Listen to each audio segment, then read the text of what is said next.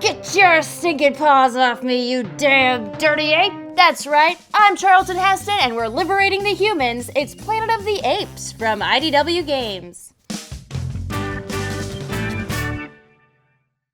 Setup begins with a game board placed center and pools for the skill tokens, damage tokens, and dice set nearby. White and gray are their own colors, and red acts as a wild. Shuffle the decks, special card and action card decks placed up top, and the Planet of the Apes deck below the fate track. Draw 2 action cards and place them face up in the available slots nearby. Next, shuffle all 4 encounter decks and the discovery decks separately and set them on their scene spaces. Then add the intro cards on top. Scenes 1, 3, and 5 are known as the minor scenes. These go straight on the board. The other scenes, known as the major scenes, go on top of their encounter decks. Place the day track token on the sunrise space. The standees, the main timekeepers of the game, come next. Put the sinking ship on scene 1, the Statue of Liberty on top of the fate track, and the Tailor and Ape standees aside, as their placement will be determined by the scene card. Each player receives 1 character card, 2 skill tokens, 1 random special card, and 1 action guide for reference. Lastly, give the active character token to the player who most recently watched a Planet of the Apes film. OG or new school, up to you. During the game, all players are working cooperatively as different aspects of Taylor's personality. Yeah, his personality. We've got clever, commander, cynical, and defiant, each with their own unique power and usable skill. Gameplay is split into 3 phases: start scene phase, action phase, and end scene phase. The start scene begins by flipping the intro card of the current scene, indicated by the sinking ship, onto the active scene slot. The active player reads the scene story, and then, for minor scenes, follows the instructions until reaching the end scene phase. For major scenes, each intro card indicates a fate track placement for the Tailor and Ape standees. The game hinges on this fate track. Should the statue ever reach the bottom, the game ends and the players lose. During encounters, the Tailor and the Ape standees are in a race to the bottom, which determines if the players safely pass the encounter. Finally, major scenes need 3 encounter cards drawn and placed face up in the active encounter slots. Action phase, the main phase of the game. Here, players each resolve their turn, starting with the active player and proceeding clockwise. Players take turns until the scene ends. On their turn, the active player may perform 3 actions. Actions include action cards. Draw 1 action card from either the top of the deck or in one of the 2 available spaces. If a face-up card is drawn, replace it with a new card from the deck. Players have a hand limit of 7, and a depleted action deck can be replaced with a shuffled discard pile. Action cards in Planet of the Apes have suits, named for characters from the film.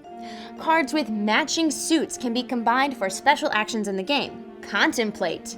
Choose 1 action card in your hand and give it to another character. This will help your allies consolidate their options for the encounter. Minor healing.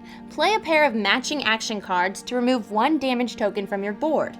Yeah, you can be damaged. In fact, if a player takes 5 damage tokens, they are defeated. They still remain in the game, but lose their special skills.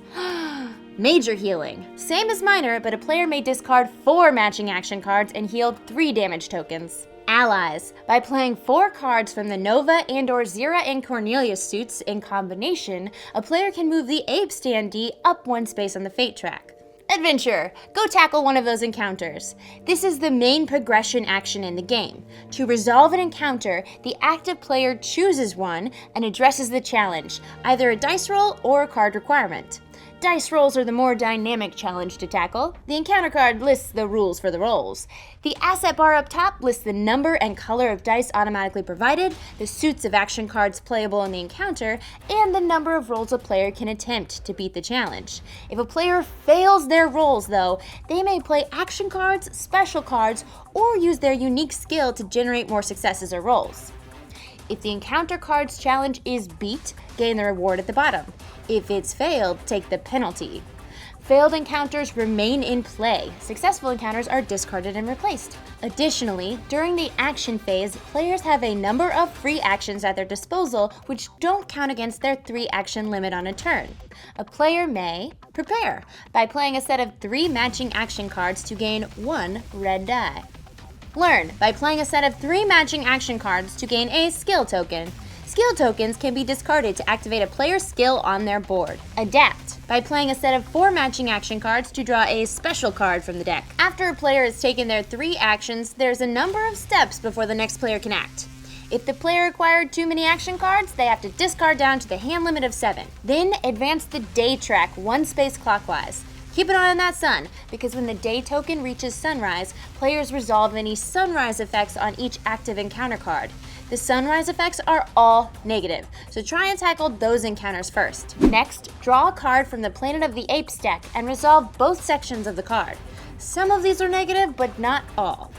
Then, pass the active character token clockwise and continue the action phase with the next player. Once the tailor or ape standee has reached the bottom of the fate track, or in a minor scene after the intro card is resolved, proceed to the end of scene phase. In this step, players will resolve the intro card based on their performance. Finally, move the sinking ship to the next scene and move to the next chapter of the story. If the players make it past scene 7, the game ends with the discovery scene. Draw the intro card and follow the instructions for a final do-or-die test to win the game. I won't spoil what's in this deck, but maybe this card cover does. I think you know. You've always known. Players lose if all their characters are defeated, if the statue reaches the end of the fate track, or if the apes win some of the final scenes of the game. It's a tough world out there, so bring some friends. However, players can win if they persevere through all of the encounters and complete the discovery scene. And that's Planet of the Apes. I'm Becca Scott, and you can watch me and my friends play this game and other awesome games on Game the Game right here on Geek and Sundry. I'll see you there.